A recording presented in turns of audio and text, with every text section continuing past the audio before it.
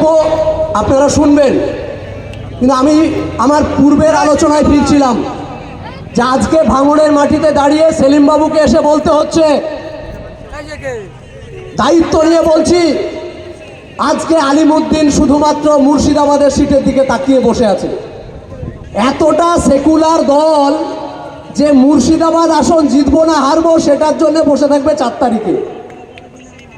বিমানবাবুদেরকে বলছি, একটা রসুনের দেখবেন অনেকগুলা কোয়া থাকে, এই কোয়াগুলো সব আলাদা আলাদা বা পৃথক অবস্থায় থাকে, কিন্তু জড়টা দেখবেন একটা জায়গাতেই থাকে।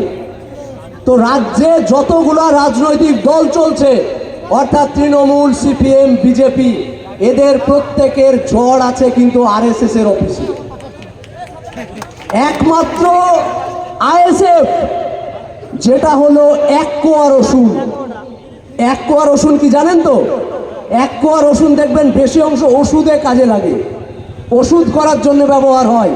ওরা পশ্চিমবঙ্গের মাটিতে যে বিষ বহন করেছে, বিষ ছড়িয়েছে, তার ওষুধ হলো একমাত্র আইএসএফ, যার জন্য ওরা আতঙ্কিত হয়ে আজকে আইএসএফকে আক্রমণ পর্যন্ত করতে দ্বিধাবোধ করছে না। আমরা সেই সমস্ত রাজনৈতিক বন্ধুদের বলি যে 2016 সালে যখন বিধানসভা নির্বাচন হয়, তখন তার আগে 2014 সালের লোকসভা নির্বাচন, পশ্চিমবঙ্গে শুধুমাত্র 2টো আসন ছিল বিজেপির। কটা বললাম? 2টো আসন ছিল বিজেপির। কিন্তু 2016 সালে বিধানসভা নির্বাচন হলো। 2016 সালে বিধানসভা নির্বাচনে সিপিআইএম এর ভোট ছিল 28%। কত বললাম? 28%। তারপর 2019-এর লোকসভা নির্বাচন আসলো। লোকসভা নির্বাচনে বিজেপির আসন গিয়ে দাঁড়ালো কত? 18টা। কত বললাম? 18টা। সিপিএম এর যে ভোটটা 28% ছিল, সেই ভোট এসে দাঁড়ালো মাত্র 7%। এই 7% ভোটটাকেও যদি আমি অন্যভাবে বিশ্লেষণ করি, তাহলে দেখতে পাবো রায়গঞ্জে মোহাম্মদ সেলিম, তমলুকে ইব্রাহিম আলী শেখ, মুর্শিদাবাদে বদরুদ্দোজা এবং আপনাদের ভাঙড়, উত্তর সোনারপুর, দক্ষিণ সোনারপুর, বারুইপুর মিলিয়ে বিকাশ বাবুর ভোট। সেখান থেকে 5% ভোট ছিল আমাদের ভোট। সেই অর্থে যদি বলতে যাই, তাহলে মাত্র 2% মানুষ ভোট দিয়েছিল সিপিএমকে 2019-এ।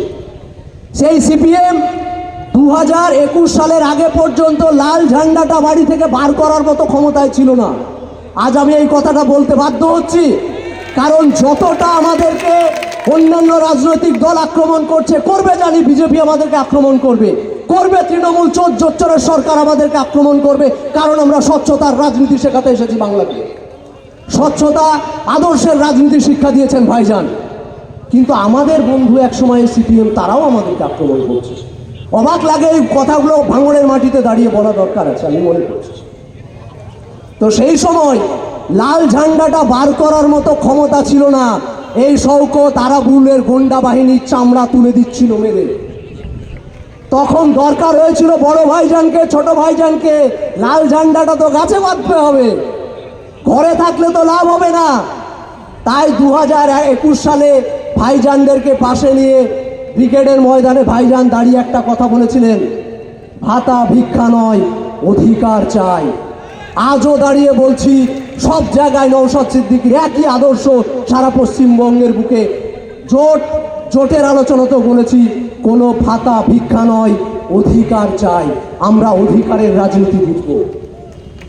তাহলে সেই যারা 28% ভোট মাত্র 2%-এ রূপান্তরিত করে 14টাকে 18টায় রূপ দিয়েছিল, 21 সালে আমাদের আইএসএফ এর উপর ভর করে যারা গাছে লাল ঝান্ডা বেঁধেছিল, তারাও আজকে আমাদেরকে খুব বড় বড় কথা শোনাচ্ছে। আমাদেরকে বলছে আমরা নাকি বিজেপির সঙ্গে সেটিং করে গেছি। ভাইজান বলবেন, শুনবেন আপনারা। বলি, তৃণমূলের যে ভাইরা বলছে যে আইএসএফকে ভোট দিলে বিজেপি চলে আসবে, কি সুন্দর কথা। আইএসএফকে ভোট দিলে বিজেপি চলে আসবে। বলি, আপনারা সবাই ভোট দিন সায়নীকে।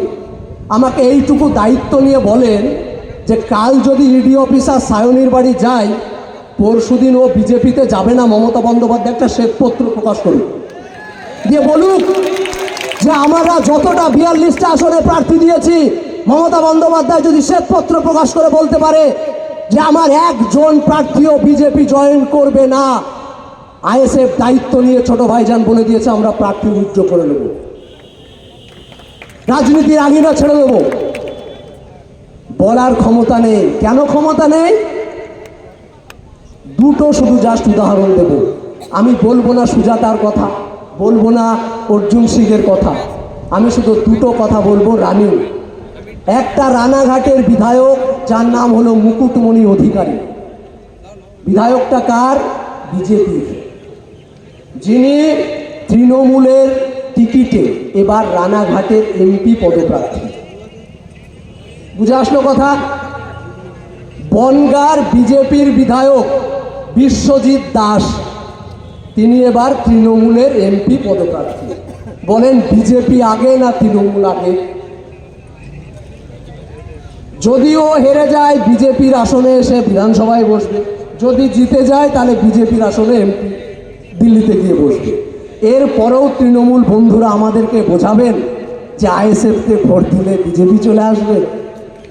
আপনারা দায়িত্ব নিয়ে বলুন না যে আমাদের কেউ বিজেপি জয়েন করবে না। কাল ইডি অফিসার বাড়িতে যাবে, ইন্টিমেশন লিখে নিয়ে যে হয় বিজেপি আসুন, না হলে অনুব্রতর মতো লুঙ্গি পরে, শাহজাহানের মতো লুঙ্গি পরে বসিয়ে দেবো জেলখানাতে। পরশুদিন গিয়ে বিজেপির ঝান্ডা ধরে বলবে জয় শ্রীরাম। আর আমাদেরকে আপনারা রাজনীতি শেখাচ্ছেন। আমরা অধিকারের কথা বলছি। সমস্যাটা হচ্ছে এই জায়গায়, এতদিন ভাতা ভিক্ষা দিয়েছিল, এক সময় এই আমাদের শরিক সংগঠন ভেবেছিল যে সিদ্দিকুল্লাহ চৌধুরী সাহেবকে যেমন মমতা বন্দ্যোপাধ্যায় পিডিসিআইকে গুটিয়ে দিয়ে একটা মন্ত্রী করে নীলবাতি গাড়ি করে ঘুরতে দিয়েছে সারা পশ্চিমবঙ্গ, দুটো জগন্নাথ করে কোনো কাজও নেই। এক সময় আমাদের শরিক সংগঠন হয়তো ভেবেছিল যে নওশাদ সিদ্দিকীকেও হয়তো তাই করবে, কিন্তু ওরা বোঝেনি যে নওশাদ সিদ্দিকীর শিরদাঁড়াটা সিদ্দিকুল্লাহ চৌধুরীর মতো বিক্রি হওয়ার নয়। নওশাদ সিদ্দিকীর শিরদাঁড়া শক্ত আছে, কারণ এইটা একটা ব্র্যান্ডেড পরিবারের ছেলে। তাই আমি আমার বক্তব্য আর দীর্ঘায়িত করব না। ভাইজান এসেছেন, সময় স্বল্প। আমি আমার বক্তব্য সকলকে আহ্বান করব যে আপনারা কর্মী সমর্থক যে যেখানে আছেন আমাদের বক্তব্য শুনছেন, আগামী দিনে এখানকার আমাদের আইএসএফ প্রার্থী, আমাদের আদর্শের প্রার্থী, তাকে জয়যুক্ত করবেন, ভাইজানকে জয়যুক্ত করবেন। ভালো থাকবেন সকলে। ধন্যবাদ।